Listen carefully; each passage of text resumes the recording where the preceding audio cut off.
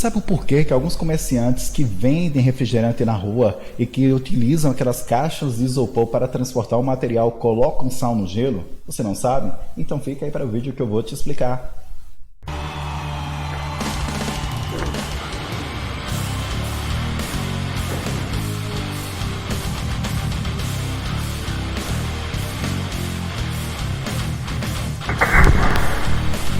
Os comerciantes utilizam esse recurso com o único objetivo de diminuir a temperatura do meio.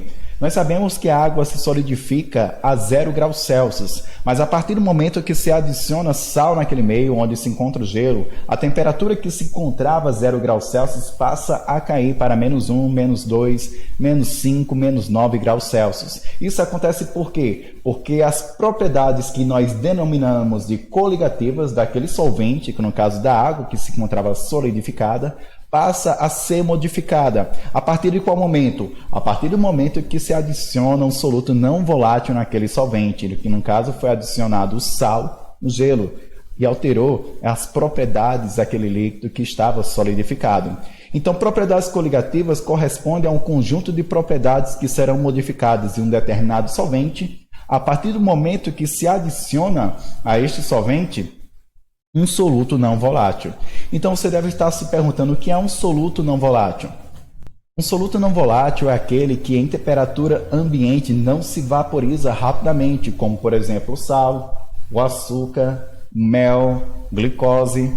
Já enquanto o álcool e o fluido de isqueiro, por exemplo, esses dois últimos que eu acabei de mencionar, em temperatura ambiente rapidamente eles vaporizam. Portanto, eles podem ser considerados como soluto volátil. Certo?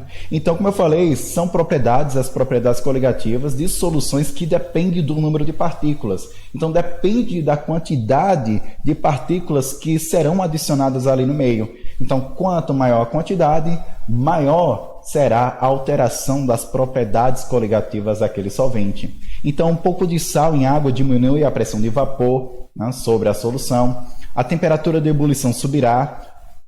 Vai acontecer a elevação do ponto de ebulição, a temperatura de congelamento descerá, acontecerá a diminuição do ponto de congelamento daquela solução. Vamos para a primeira propriedade coligativa, que é denominada de tonoscopia ou tonosmetria, como também pode ser chamado. Tonos relacionado à pressão e copia, metria relacionada à medição de um determinado material.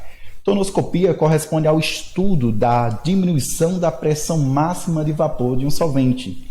Então, essa diminuição da pressão máxima de vapor de um solvente vai acontecer a partir de qual momento? Vai acontecer a partir do momento que se adiciona um soluto não volátil a este solvente. Então, nós temos aqui dois exemplos, como se fossem duas panelas de pressão. A primeira panela de pressão e a segunda panela de pressão se encontram à mesma temperatura. Então perceba que na primeira nós temos um solvente puro, no caso aqui o exemplo, a água. Já na segunda panela de pressão nós temos uma solução. Nós temos a água e a esta água foi adicionado um soluto não volátil, foi adicionada a glicose. Então perceba que no primeiro exemplo, onde nós temos o solvente puro, onde temos apenas a água, a pressão apresenta um determinado valor. Agora, a partir do momento que se adicionou a glicose, no caso sendo observado neste segundo exemplo, perceba que a pressão diminuiu. Então, tonoscopia é isso, é o estudo dessa diminuição dessa pressão máxima de vapor, de um determinado solvente. E isso vai acontecer a partir de qual momento? A partir do momento que se adiciona um soluto não volátil a este solvente. Vamos agora para este exemplo. Nós temos aí, imagine, 3 panelas de pressão que se encontram à mesma temperatura, a uma temperatura de 25 graus Celsius. Perceba que no primeiro exemplo aqui nós temos uma panela de pressão com água pura, na segunda nós temos uma solução contendo glicose e no terceiro exemplo nós temos uma solução contendo a sacarose. Perceba que no primeiro exemplo nós temos uma pressão de 23,76 milímetros de mercúrio. Mas a partir do momento que eu adiciono, por exemplo, glicose a uma concentração de 1 mol por litro, nós temos aí, portanto, 1 litro de solução, como é observado no exemplo, perceba que aconteceu uma diminuição dessa pressão. A pressão, que na substância pura se encontrava a 23,76 milímetros de mercúrio, passou para 23,34 milímetros de mercúrio. Então perceba que no terceiro exemplo nós temos aí a mesma concentração, porém de uma outra substância, agora da sacarose, também é uma concentração de 1 mol para 1 litro de solução. Perceba que na solução pura tínhamos 23,76 milímetros de mercúrio, passou, a pressão diminuiu para 23,34 milímetros de mercúrio. Portanto, tonoscopia é isso, é o estudo do abaixamento dessa pressão, da diminuição dessa pressão de vapor de um determinado líquido. Vamos agora para a ebulioscopia. Ebúlios relacionado à ebulição, copia, metria, como eu já falei para vocês, está relacionado à medição de um determinado material. Portanto, ebulioscopia é o estudo da elevação da temperatura de ebulição de um solvente. E isso vai acontecer a partir de qual momento? A partir do momento que se adiciona um soluto não volátil a este solvente. Então imagine 2 exemplos. Nós temos aqui 2 béqueres que se encontram a uma temperatura X, no caso aqui no primeiro exemplo.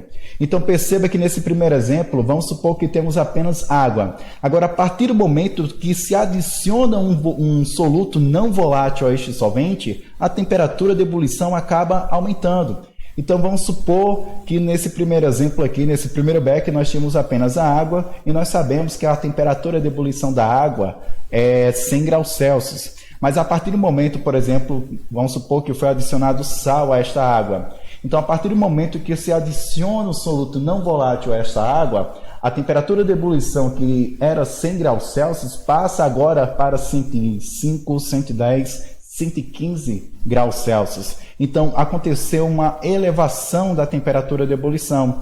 Então, a ebulioscopia é isso. É o estudo da elevação da temperatura de ebulição de um solvente. A partir de qual momento? A partir do momento que se adiciona um soluto não volátil a este solvente. Então, vamos aqui para mais um exemplo. Agora nós temos aqui, vamos supor aqui a água no primeiro exemplo e aqui no segundo exemplo, ao lado, nós temos água e glicose. Como eu falei, a temperatura de ebulição da água é 100 graus Celsius. Mas, no caso aqui no segundo exemplo, a partir do momento que foi adicionada a glicose a esta água, a temperatura de ebulição subiu. Por quê? Porque foi adicionado um soluto não volátil a este solvente, alterando consequentemente esta propriedade coligativa denominada de ebulioscopia. Beleza? Então a ebulioscopia é isso, é o estudo da elevação da temperatura de ebulição do solvente, a partir do momento que se adiciona a este solvente um soluto não volátil. Então vamos para um outro exemplo que você não está com muita coragem, por exemplo, de fazer uma comida melhor elaborada, você faz aquele miojinho do mal, Você pega lá a água, coloca para esquentar, a água começa a ferver, ou seja, atinge o ponto de ebulição, 100 graus Celsius. Logo depois você coloca o macarrão instantâneo e em seguida você coloca o tempero, que contém sal e outras substâncias. Então, a partir do momento que você coloca o tempero e o macarrão instantâneo, o que é que acontece com aquele solvente? Aquele solvente, no caso a água que se encontrava a uma temperatura de ebulição de 100 graus Celsius, passa a se elevar para uma temperatura de 105, 110, 115 graus Celsius. Então, aconteceu esse efeito coligativo denominado de ebulioscopia. Vamos agora para a propriedade crioscopia. Crios está relacionada à temperatura de congelamento, copia está relacionada a medir a quantidade de um material, como eu já falei para vocês. Portanto, crioscopia é o estudo da diminuição da temperatura de congelamento de um solvente. A partir de qual momento? A partir do momento que se adiciona um soluto não volátil a este solvente. Tendo como exemplo a água, nós sabemos que essa substância se solidifica a 0 graus Celsius. Mas a partir do momento que se adiciona um soluto não volátil à água, o seu ponto de congelamento, o seu ponto de fusão, a solidificação desse material passa a ser uma temperatura ainda menor. No caso, uma temperatura de menos 1, menos 2, menos 5, menos 9, menos 10 graus Celsius. Vamos para mais um exemplo envolvendo a crioscopia. Nós temos aí 5 recipientes sendo representados. No primeiro recipiente, podemos observar que temos apenas a água pura, com um cubo de gelo. No caso, se encontrando aí uma temperatura de 0 graus Celsius. Já no segundo exemplo, foi adicionado uma concentração de 0,5 mol por litro ou 0,5 molar, como também pode ser representado. De quê? De glicose. Então, a partir do momento que se acrescentou essa concentração deste soluto não volátil no solvente, perceba que a temperatura diminuiu, se encontrava a 0 graus Celsius e agora diminuiu para menos 0,93 graus Celsius.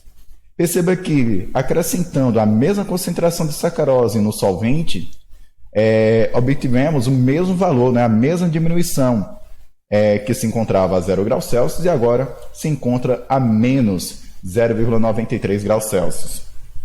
A partir do momento que aumentamos a concentração, podemos perceber que ocorre ainda mais a diminuição dessa temperatura de congelamento.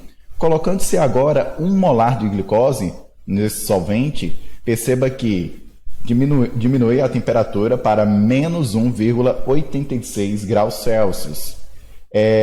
Colocando-se a mesma concentração de sacarose neste solvente, 1 molar de sacarose, nós temos aí a mesma diminuição, no caso, para a temperatura de menos 1,86 graus Celsius. Então perceba que colocando a mesma concentração de substâncias diferentes, nós vamos ter a diminuição praticamente para a mesma temperatura. Então a alteração da propriedade coligativa não depende da natureza, né, do soluto volátil, não volátil, depende e sim da quantidade, da concentração desse soluto não volátil que está sendo adicionado a este solvente. Essa propriedade é bastante interessante, principalmente quando se trata de radiadores de veículos automotores. Em regiões, ali no caso no sul do Brasil, onde a temperatura pode chegar a temperaturas negativas, se nos radiadores dos veículos automotores for acrescentada apenas água, durante esses períodos onde a temperatura chega a menos 2, menos 3, menos 5 graus Celsius, a água pode se solidificar, ela pode congelar. Então o que acontece? Nesses lugares é acrescentado aditivos nos radiadores dos veículos automotores. Com qual objetivo? Com o objetivo de diminuir a temperatura de congelamento. O aditivo, né, principal, o aditivo mais usado é o etilenoglicol.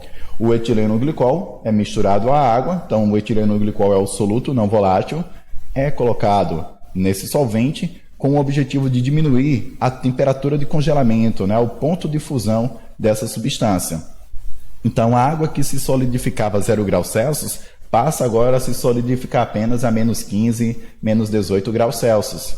Desta forma, como nessa região, como eu falei no início, a temperatura pode chegar a temperaturas negativas, né, como menos 5, menos 6, menos 8 graus Celsius, a água não se solidifica. Por quê? Porque foi acrescentado o etilenoglicol, este aditivo, diminuindo consequentemente a temperatura de congelamento, fazendo com que a água, né, juntamente com esse aditivo, não se solidifique quando chegar a certas temperaturas negativas. Vamos agora para a próxima propriedade coligativa.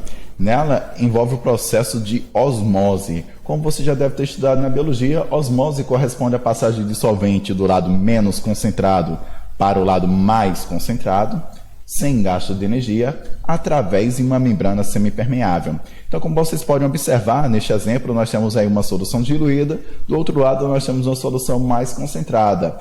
Perceba também que nós temos uma certa economia solvente apontando para a solução mais concentrada.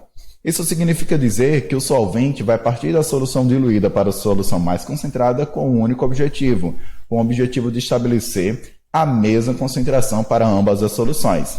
Perceba que no lado direito nós já temos aí as soluções com a mesma tonalidade.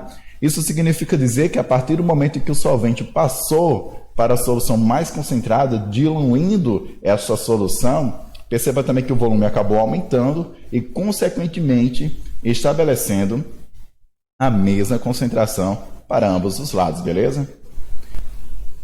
Assim, nós temos aqui caracterizada a propriedade coligativa denominada pressão osmótica. Então, vamos supor que foi colocado um tampo nessa região, impedindo do volume da solução mais concentrada se expandir. Isso, né, desta forma, não será possível o solvente sair da solução diluída para a solução mais concentrada através da membrana semipermeável, gerando uma pressão nessa região.